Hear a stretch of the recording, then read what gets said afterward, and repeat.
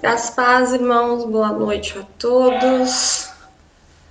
Que Deus abençoe essa noite. Bem-vindos a mais uma live da Igreja Betel. Hoje vamos ter uma breve meditação na Palavra de Deus. Convido você a estar essa noite junto com a gente, ouvindo e meditando um pouco mais na Palavra de Deus. Te convido a fazer uma oração nesse momento, antes de fazermos essa reflexão. A você que nos ouve agora, que vai nos escutar futuramente, para que seja abençoado com essa palavra. Senhor, te agradecemos por mais uma oportunidade de podermos, ainda que distantes fisicamente, mas juntos pela internet, de refletir na tua palavra, de poder adorar e bendizer o teu nome. Que o Senhor venha nessa noite falar aos nossos corações, que o Senhor tome as nossas vidas, abra as nossas mentes, os nossos ouvidos, para que possamos compreender aquilo que o Senhor tem a dizer ao nosso coração nessa noite. O texto que a gente vai meditar hoje, ele se encontra no livro de João, no capítulo 2. É um texto bem conhecido. Se você puder abrir a sua Bíblia. No terceiro dia, houve um casamento em Caná da Galileia. A mãe de Jesus estava ali. Jesus e seus discípulos também foram convidados. Tendo acabado o vinho, a mãe de Jesus lhe disse: Eles não têm mais vinho. Jesus lhe disse: Mulher, em que essa tua preocupação tem a ver comigo? Ainda não é chegada a minha hora. Sua mãe disse aos serviçais: Seja o que for que ele vos pedir, fazei. Estavam ali 6 jarros de pedra que os judeus usavam para as purificações, e cada um levava 2 ou 3 metretas. Jesus disse aos serviçais: Enchei os jarros com água, e os encheram até a borda. Então lhes disse: Tirai agora um pouco e levai ao mestre-sala. Eles assim o fizeram. Quando o mestre-sala provou a água transformada em vinho, não sabendo de onde viera, embora o soubessem os serviçais que tiraram a água, chamou o noivo e lhe disse: Todo homem serve primeiro o bom vinho, e depois que os convidados já beberam bastante, o vinho inferior é servido. Tu, entretanto, guardaste o bom vinho até agora. Com esse deu Jesus princípio aos seus sinais em Caná da Galileia. Manifestou a sua glória e seus discípulos creram nele. É um texto bem conhecido, o texto da boda de Caná ou da transformação da água em vinho. E aqui ele vai relatar, João vai relatar o primeiro milagre que Jesus estaria realizando.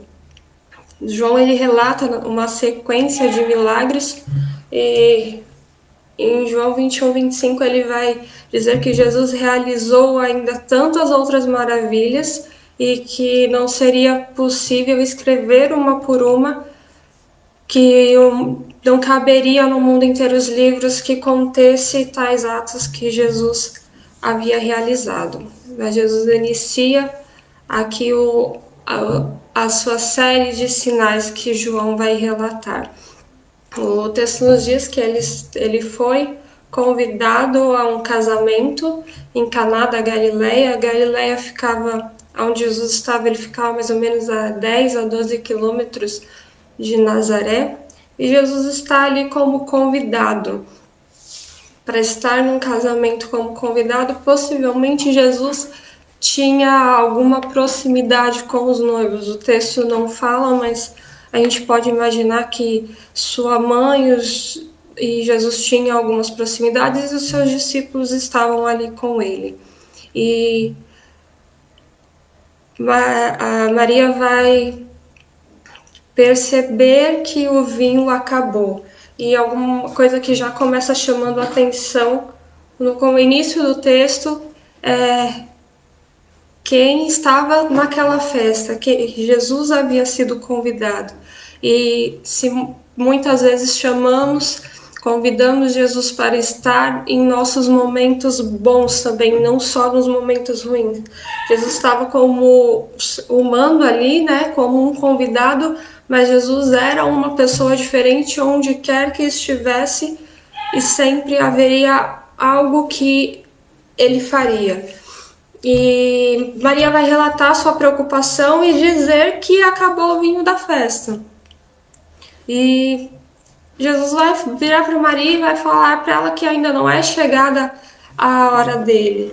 E para os costumes da época, as festas de casamento duravam em torno de uma semana, por volta de uma semana, e os provedores da festa, os pais dos noivos, normalmente tinham que cuidar de tudo isso para que não faltasse nada. Vinho já era uma tradição da cultura, vinho, trigo, o produto da oliveira era muito tradicional, era básico e era um costume que não faltasse. Faltando vinho seria uma falta de respeito para os convidados, seria um desastre para aquela festa, para um evento tão marcante para aqueles noivos. Mas Jesus estava ali e faria algo transformaria algo naquela festa. Maria ainda não havia visto Jesus fazer milagre, mas Maria sabia quem era, já sentia quem era Jesus. Jesus já era alguém diferente, ele não era uma pessoa comum. E somos a imagem e a semelhança de Cristo. Será que as pessoas têm visto em nossas vidas muitas vezes isso? Será que podemos ser convidados para estar em lugares porque trazemos conforto, trazemos alegria, trazemos algo diferente para a vida das pessoas? Será que conseguem enxergar também isso em nossas vidas? E Jesus, ele estava ali e fala: mulher, o que tenho eu com a sua preocupação? Jesus estava calmo, como sempre, tranquilo, sereno, porque ele sabia que não era chegada ainda a sua hora. E por várias vezes vamos ouvir esse pronunciamento de Jesus: não é chegada a minha hora. Tudo na vida de Jesus, no seu ministério terreno, havia um momento, uma hora certa para que acontecesse. Nada antes, nada depois. E a nossa ansiedade, talvez como Maria olhou e viu que acabou o vinho e ela não imaginava que seria dessa maneira, mas sabia que podia vir algo dele, vamos em uma ansiedade pedir.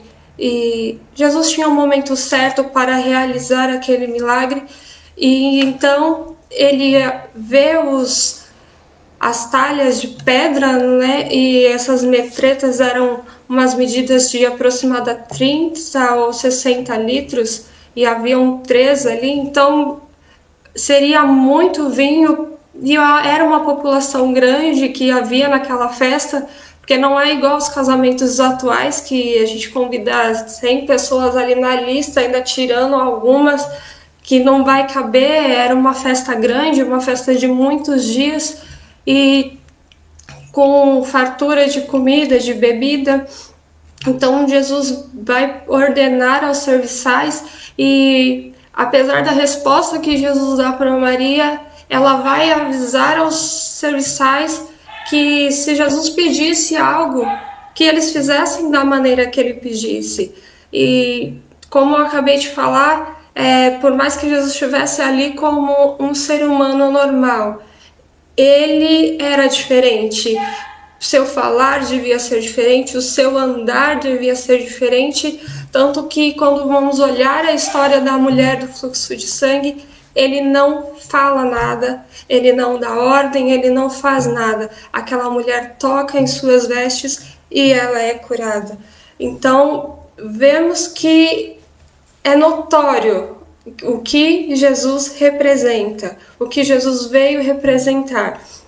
Então, quando ele ordena que os serviçais encham aquelas jarras, eles vão encher, o texto fala até a borda, não havendo a possibilidade de ninguém falar que foi misturada ou água com vinho e qualquer outra questão que quisessem fazer.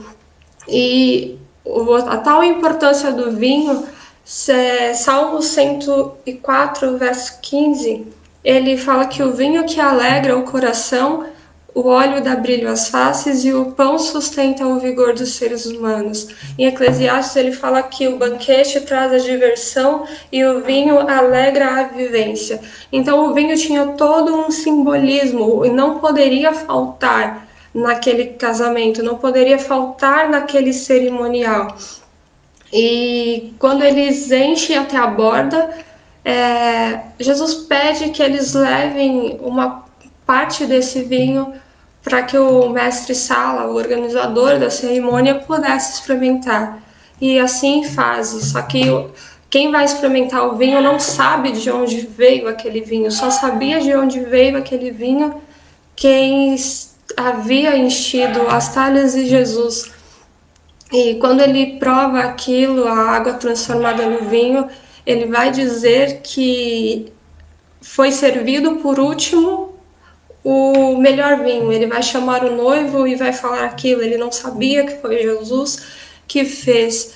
E parando para analisar toda essa situação, todo esse texto, e inúmeros milagres que Jesus fez ao longo do texto de João, se você for ler, desde a cura de um cego, desde ressuscitar um morto, Jesus se preocupou com, eu vou chamar de detalhe, porque perto de ressuscitar um morto seria pequeno a transformação da água em vinho, mas de um detalhe de um casamento.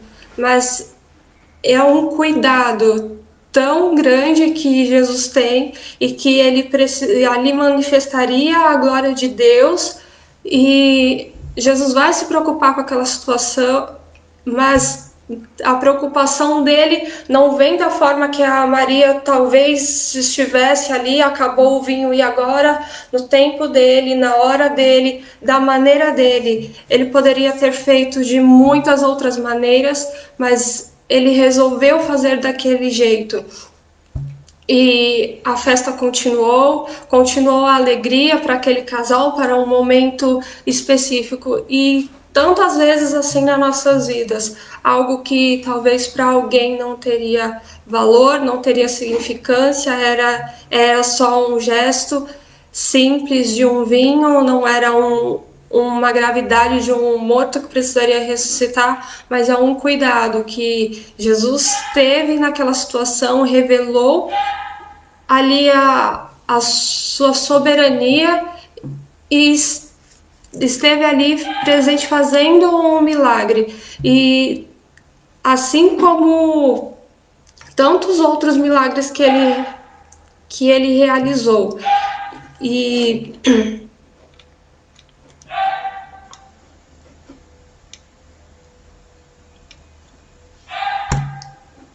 e os sinais de Jesus, João relata isso como sinais. Todos os sinais, eles estavam indo em direção. Esse foi só o princípio dos sinais que revelariam o Cristo, que ressurgiria, que salvaria a humanidade. Em João 4, no 46, isso foi tão significativo, mostrando quem era Jesus, que ele vai dizer que quando Jesus volta, depois que realiza esse milagre, Jesus vai sair dali, ele vai para Cafarnaum, e depois Jesus, quando ele retorna para Galileia,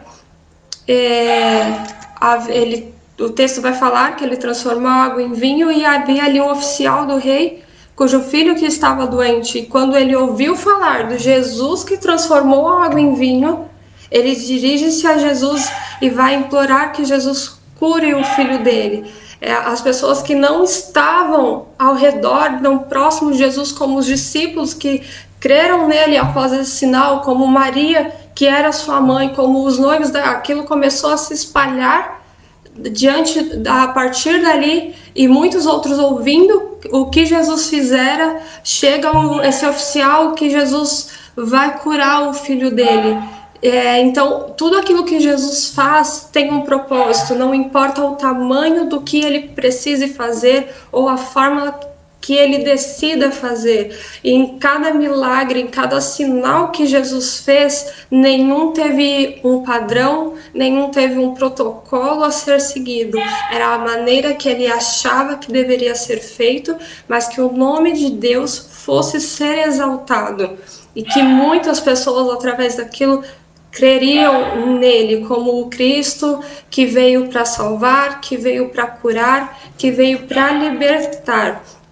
E que seja assim a nossa vida, que possamos convidar Cristo para ser o nosso convidado principal, não num momento apenas bom, mas num momento de dificuldade, não num momento só de dificuldade, mas num momento bom também. Os noivos não sabiam que teriam uma dificuldade, mas convidaram Jesus para o momento de alegria deles. E Jesus esteve ali também no momento difícil.